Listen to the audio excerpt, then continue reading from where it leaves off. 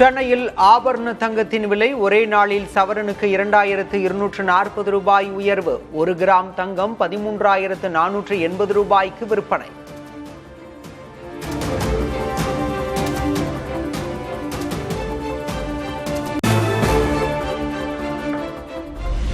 வெள்ளி விலை கிலோவுக்கு 5,000 ரூபாய் அதிகரித்து 2,40,000க்கு விற்பனை. சென்னையில் 1 கிராம் வெள்ளி விலை 240 ரூபாயாக உயர்வு.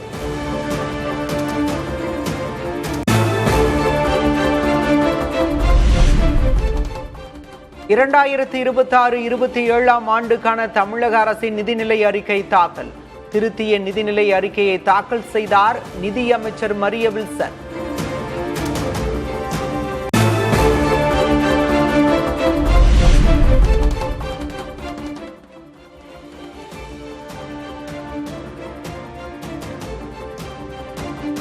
செப்டம்பர் 15ஆம் தேதி அண்ணா பிறந்த நாளில் தாய்மாமன் சீர்திட்டம் தொடக்கம்.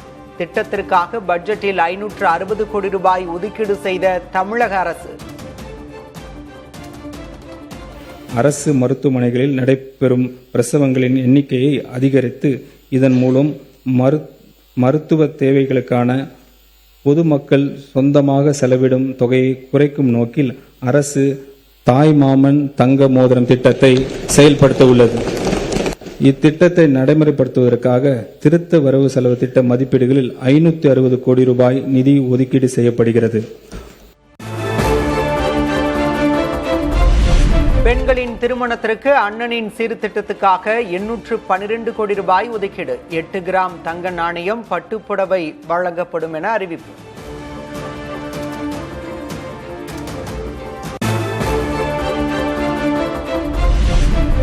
தமிழ்நாடு அரசு மகளிர் சுய உதவி குழுக்களுக்கு என சிங்கப்பெண்கள் வலிமைப்படுத்தும் திட்டம் அறிமுகம். மகளிர் சுய உதவி குழுக்களை குறுந்தொழில் நிறுவனங்களாக மேம்படுத்த திட்டம்.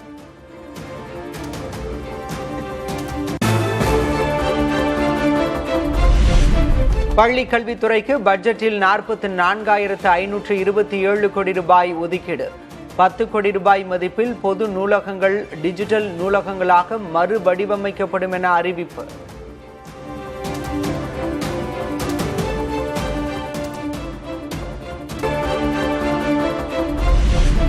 உயர்கல்வித்துறைக்கு 8,393 கோடி ரூபாயை ஒதுக்கீடு செய்த தமிழக அரசு. கல்லூரி மாணவர்களுக்கு 2,000 கோடி ரூபாயில் வெற்றி மடிக்கணினி திட்டம் செயல்படுத்தப்படும் என அறிவிப்பு.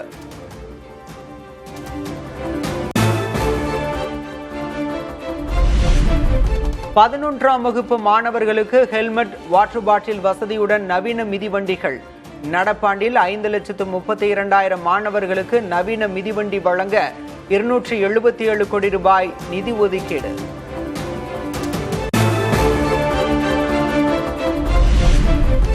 புனித ஹஜ் பயணம் மேற்கொள்ளும் பயணிகளுக்கு வழங்கப்படும் மானியம் 25,000 35,000 உயர்வு.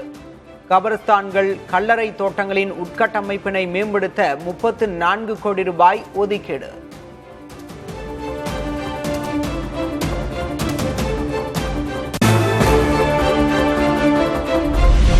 தமிழகத்தில் 5 ஆண்டுகளில் 20,000 பொது இவி சார்ஜிங் நிலையங்கள் அமைக்க 50 கோடி ரூபாய். குடியிருப்புகளில் இவி சார்ஜிங் நிலையங்களுக்கு அரசு மானியம் வழங்க 5 கோடி ரூபாய் ஒதுக்கீடு.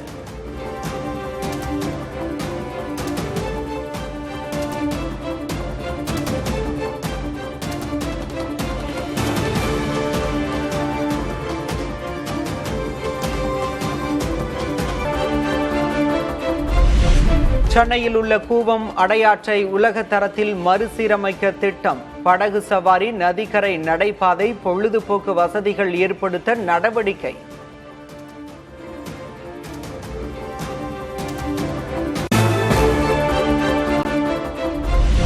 காவிரி, வைகை மற்றும் தாமிரபரணி நதிகளை மறுசீரமைக்க திட்டம். மாசுபாட்டை தடுக்கவும் கழிவுநீர் சுத்திகரிப்பு, திடக்கழிவு மேலாண்மைக்கான சாத்தியக்கூறு குறித்தும் ஆய்வு.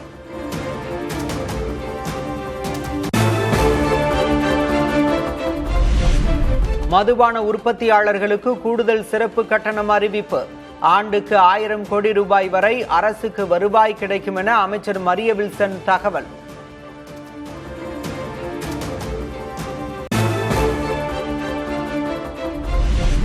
கிராம வேலை உறுதி மற்றும் வாழ்வாதார திட்டத்தின் கீழ் வெற்றி 150 அறிமுகம். 125 நாட்கள் வேலை முடித்த குடும்பங்களுக்கு கூடுதலாக 25 நாட்கள் பணி வழங்கப்படும்.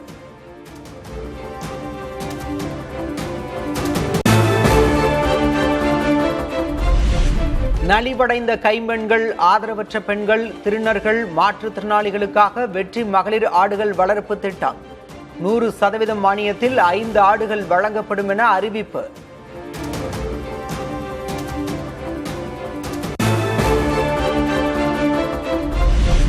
தமிழ்நாடு கிராமப்புற அதிகாரம் அளித்தல், மாற்றம் மற்றும் மறுமலர்ச்சி முன்னெடுப்புக்கான TN வெற்றி திட்டம்.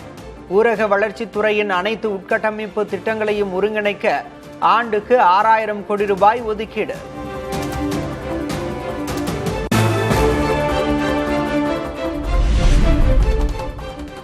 பட்ஜெட்டில் அறிவிக்கப்பட்ட பல திட்டங்கள் வெற்றி என்ற பெயரில் தொடக்கம். இளைஞர் நலன், திறன் பயிற்சி, வீடு கட்டும் திட்டங்களுக்கு வெற்றி என்ற பெயரில் திட்டம்.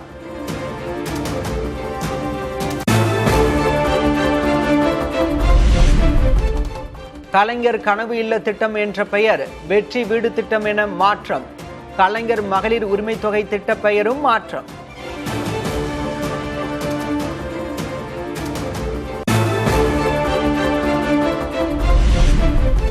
இரண்டாயிரத்து 26-27 ஆண்டுக்கான தமிழக அரசின் பட்ஜெட் மதிப்பு 2,26,740 கோடி ரூபாய்.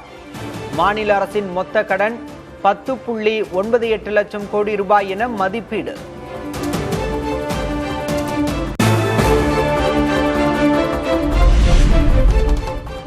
நடப்பு நிதியாண்டில் தமிழக அரசின் வருவாய் 3,50,027 கோடியாக இருக்கும் என மதிப்பீடு. அரசின் வருவாய் பற்றாக்குறை 55,775 கோடி ரூபாயாக இருக்கும் என்றும் கணிப்பு.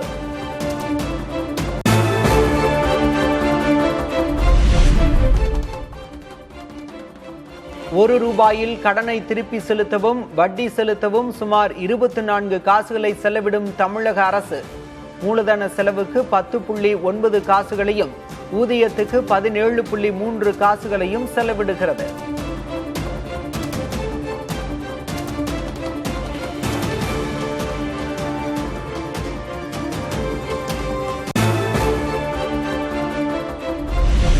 குறுகிய கால அரசியல் ஆதாயங்களில் கவனம் செலுத்தப் போவது இல்லை. தமிழகத்தின் நிதி நிலைமையை மேம்படுத்த 2 ஆண்டுகள் தேவை என்றும் அமைச்சர் மரிய வில்சன் தகவல்.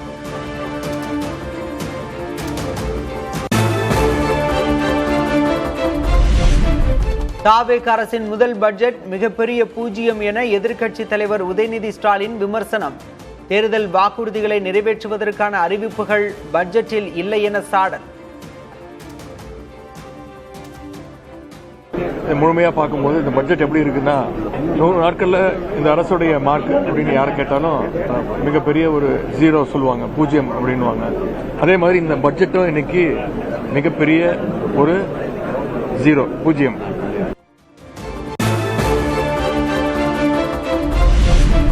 தாவேக சொன்ன மாற்றம் பெயர் மாற்றமே என உதயநிதி விமர்சனம். திமுக அரசு கொண்டு வந்த திட்டங்களுக்கு தங்கள் கட்சி பெயரை வைத்துள்ளனர் என்றும் பேட்டி. எங்களுடைய திராவிட மாடல் அரசு, எங்களுடைய தலைவர் கடந்த ஆட்சியில் என்னென்ன திட்டங்கள்லாம் கொண்டு வந்தாங்களோ அதற்கு மேலாம் ஒரு ஸ்டிக்கரை ஒட்டியிருக்கிறாங்க. ஆட்சிக்கு வரும்போது மாற்றம் மாற்றம் அப்படின்வாங்க. என்ன மாற்றம் கேட்டீங்கன்னா எல்லாத்துக்கும் பேர் மாற்றம் செஞ்சிருக்கிறாங்க. அனைத்து திட்டங்களையும் பெயரை மாற்றிருக்கிறாங்க.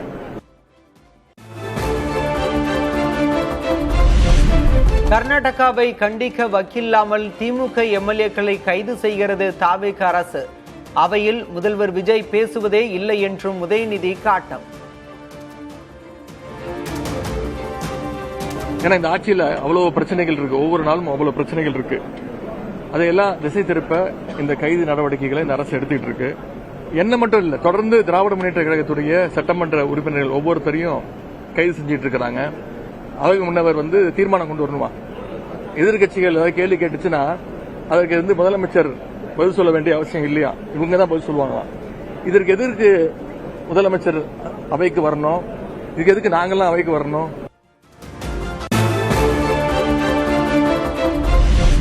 பிளாஸ்டாக இருக்கும் என எதிர்பார்த்த மக்களுக்கு வேஸ்டாக மாறி இருக்கிறது தாவேக அரசின் பட்ஜெட். திமுக தலைவர் மு.க. ஸ்டாலின் விமர்சனம்.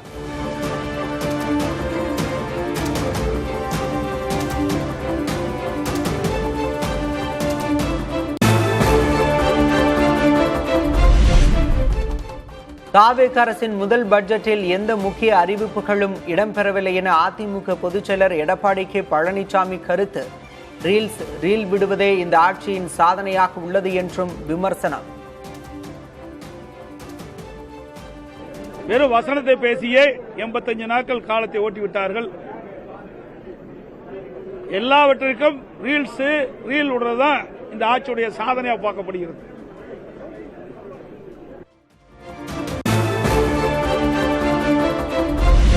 மகளிர் உரிமை தொகை, விலையில்லா சிலிண்டர் அறிவிப்புகள் பட்ஜெட்டில் இடம்பெறவில்லை. முழு பயிர்க்கடன் ரத்து அறிவிப்பு என்ன ஆனது என்றும் எடப்பாடி கே. பழனிசாமி கேள்வி.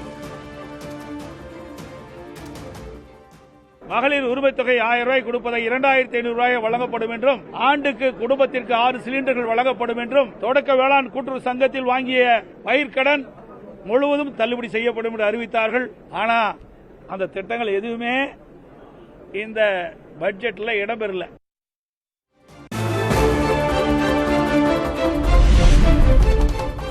மூன்று மாதத்தில் 22,000 கோடி ரூபாய் கடன் வாங்கிய தாவேக அரசு. இதே நிலை சென்றால் 5 ஆண்டுகளில் 20 லட்சம் கோடி ரூபாயாக கடன் உயரும் என முன்னாள் அமைச்சர் தங்கம் தென்னரசு பேட்டி. இந்த 10 லட்சம் கடன் நீங்க 5 வருடத்தில் முடிக்க போகும்போது 20 லட்சம் கடனாக இருக்கும் என்பது என்னுடைய வாதம். அதுதான் இன்னைக்கு அவங்களுக்கு நடந்துட்டு இருக்கு. அவங்களே ஒத்துக்கிட்டு இருக்காங்க. இன்னைக்கு அவர் ஒத்துக்கிட்டு இருக்காங்க.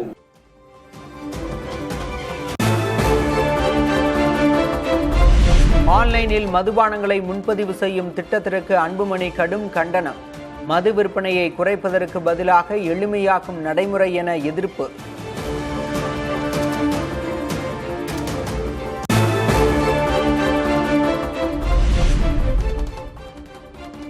பட்ஜெட்டில் முழு பயிர்க்கடன் தள்ளுபடி அறிவிப்பு இல்லாதது வருத்தம் அளிப்பதாக பிரேமலதா விஜயகாந்த் கருத்து.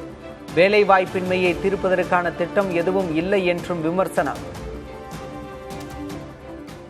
விவசாயிகளுடைய கடன் முழுமையாக கடன் தள்ளுபடி செய்யப்படும் அப்படின்னு எதிர்பார்த்தாங்க. ஆனா அது அறிவிக்கப்படல.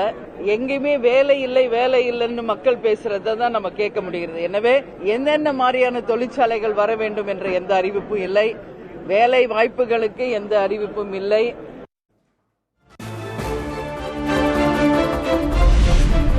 பள்ளி கல்விக்கான ஒதுக்கீடு 48,500 கோடியிலிருந்து 45,000 கோடியாக குறைப்பு என புகார். தாவேக அரசு காரணமற்ற நிதி உயர்வுகளை குறைத்து உண்மையில் கூடுதலாக ஒதுக்கியுள்ளது என அமைச்சர் ராஜ்மோகன் விளக்கம்.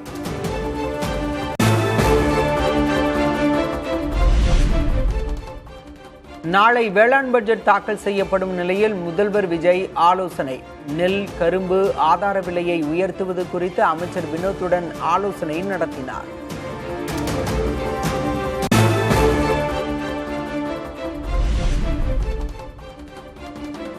செப்டம்பர் 8ஆம் தேதி வரை சட்டமன்ற கூட்டத்தொடர் முழுவதும் நேரலை செய்யப்படும் என்றும் சபாநாயகர் அறிவிப்பு. பொதுத்துறை, மாநில சட்டமன்றம், ஆளுநர் மற்றும் அமைச்சரவை, நிதித்துறை, திட்டம் மற்றும் வளர்ச்சித்துறை, ஓய்வூதியங்களும் ஏனைய ஓய்வுகால நன்மைகளும் என்று 8/9/2026 செவ்வாய்க்கிழமையுடன் இந்த கூட்டத்தொடர் நிறைவு பெறுவதாக இன்று கூடிய அலுவல் ஆய்வுக் குழு கூட்டத்தில் முடிவெடுக்கப்பட்டுள்ளது. முதல்வர் குறித்து சர்ச்சைக்குரிய வகையில் பேசியதாக உதயநிதி மீது பதியப்பட்ட வழக்கின் முழு விவரம் வெளியீடு. திமுக ஐடி விங் பொறுப்பாளர்கள் பலர் மீதும் வழக்கு பதிவு செய்துள்ளது போலீஸ்.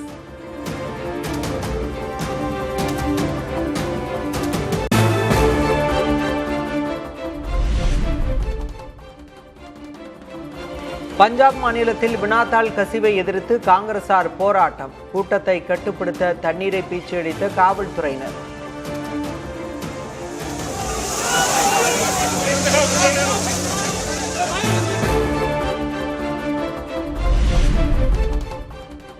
வங்கிகளுக்கான ரெப்போ கடன் வட்டி விகிதம் 5.25%ஆகவே தொடர்ந்து நீடிக்கும் என ரிசர்வ் வங்கி கூட்டத்தில் முடிவு. ரிசர்வ் வங்கி முடிவால் வீடு, வாகன கடன் வட்டி வீதங்களும் மாற்றமில்லாமல் அப்படியே தொடர வாய்ப்பு.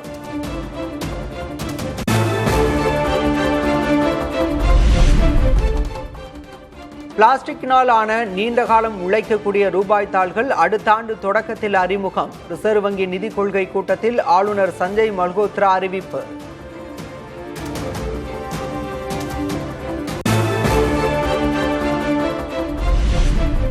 இந்தியாவில் கடந்த 5 மாதங்களில் வெப்ப அலை காரணமாக 20 பேர் உயிரிழப்பு. மகாராஷ்டிராவில் அதிகபட்சமாக 11 பேரும், தமிழ்நாட்டில் ஒருவரும் இறந்திருப்பதாக அரசு அறிவிப்பு.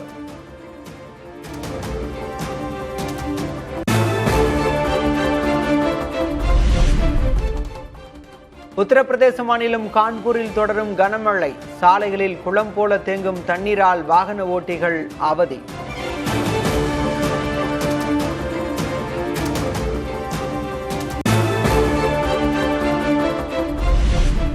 காப்பீடு இல்லாத வாகனங்களுக்கு பெட்ரோல் விநியோகத்தை நிறுத்த திட்டம். சோதனை ரீதியில் குறிப்பிட்ட பகுதியில் நடைமுறைப்படுத்த உச்சநீதிமன்றம் ஆணை.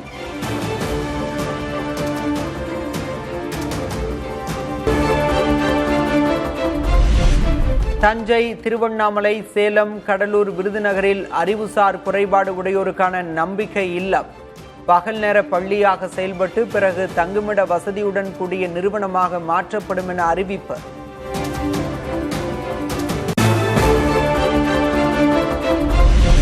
ஆம்ஸ்ட்ராங் கொலை வழக்கை விசாரித்த தனிப்படை போலீசாரிடம் உயரதிகாரிகள் விசாரணை. வழக்கில் சிக்க வைப்பதாக தொழிலதிபரை மிரட்டி 40 லட்சம் ரூபாய் பெற்றதாக புகாரை அடுத்து நடவடிக்கை.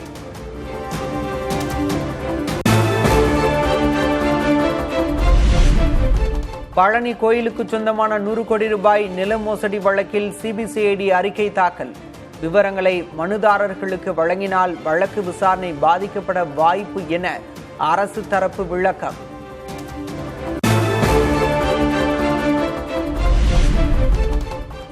மேட்டூர் அணைக்கான நீர்வரத்து வினாடிக்கு 18,905 கனஅடியாக அதிகரிப்பு.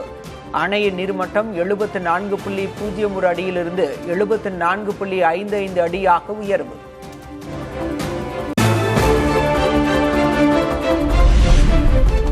ஒகேனக்கல் அருவிக்கு நீர்வரத்து 20,000 கனஅடியாக அதிகரிப்பு. அருவியில் பரிசல் இயக்கவும் குளிக்கவும் தடை.